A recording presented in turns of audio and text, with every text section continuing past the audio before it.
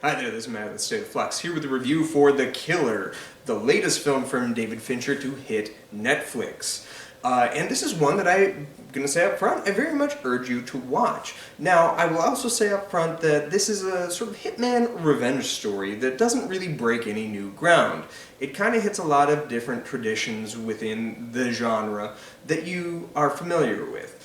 That said, it's done in very much a David Fincher way, and that is really the great selling point. Now, I could tell you that this movie is John Wick kind of mushed up within Bruges by way of Dexter, and that is a serviceable explanation for the film that you get. However, it has its own distinct tone and sense of slight nihilism that you get with most of the film works of David Fincher, but it also comes with his slick visual style.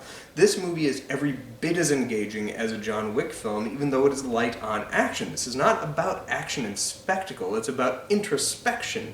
It is voiced throughout by Michael Fassbender in an almost Dexter-like way, where he's giving constant narrative monologue through his internalized thoughts over what's happening. Yet you also never really understand or know who this man is. He doesn't really have any wants or desires. But that's okay, because he's not paid to have them. You're watching what this marksman is doing to execute what his job is. And that kind of works for the character. I feel like I've gotten to know him without really getting to know him at all, and that's kind of the beauty of the storytelling, which is just very slight and straightforward. And I think a lot of critics and fans of Fincher's are kind of getting hung up on that because it's a slight movie. It doesn't really have a lot to offer, especially nothing really new that you haven't seen before. This is really, truly a movie that you've kind of seen before, just done in the David Fincher style, and that works for the movie. It's one of the best movies that I've seen this year. And I say all those criticisms, but they're not really criticisms. It's okay to have a streamlined film every once in a while. One of my favorite thrillers of all time, Red Eye, is super slight. There's not a lot to it, yet Wes Craven executes that film so exceptionally well.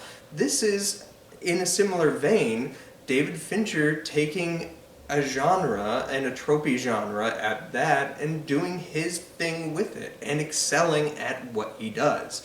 This is one of the best looking movies of the year, with a great performance by Michael Fassbender that is at once understated as well as very calculated and deliberate. It is a strong performance that I think will probably get overlooked at year's end, but is one that I think is one of the best performances of the year. With a strong, as I say, narratively straightforward screenplay. I give this movie 4 stars. It is one of my favorite movies of the year. I urge you, if you have Netflix, to check it out, especially if you're a Fincher fan or a Fassbender fan. I think you're really going to be in for a good time. It's a slow burn, so don't, when I say, compared to John Wick or in Bruges, don't expect the funnies and don't expect the action, though there is one compelling action scene in this film that shows that David Fincher, if he wanted to be, could be a hell of an action director. It's something we don't really see from him often, if really ever, but hot damn, he shoots that like so impressively.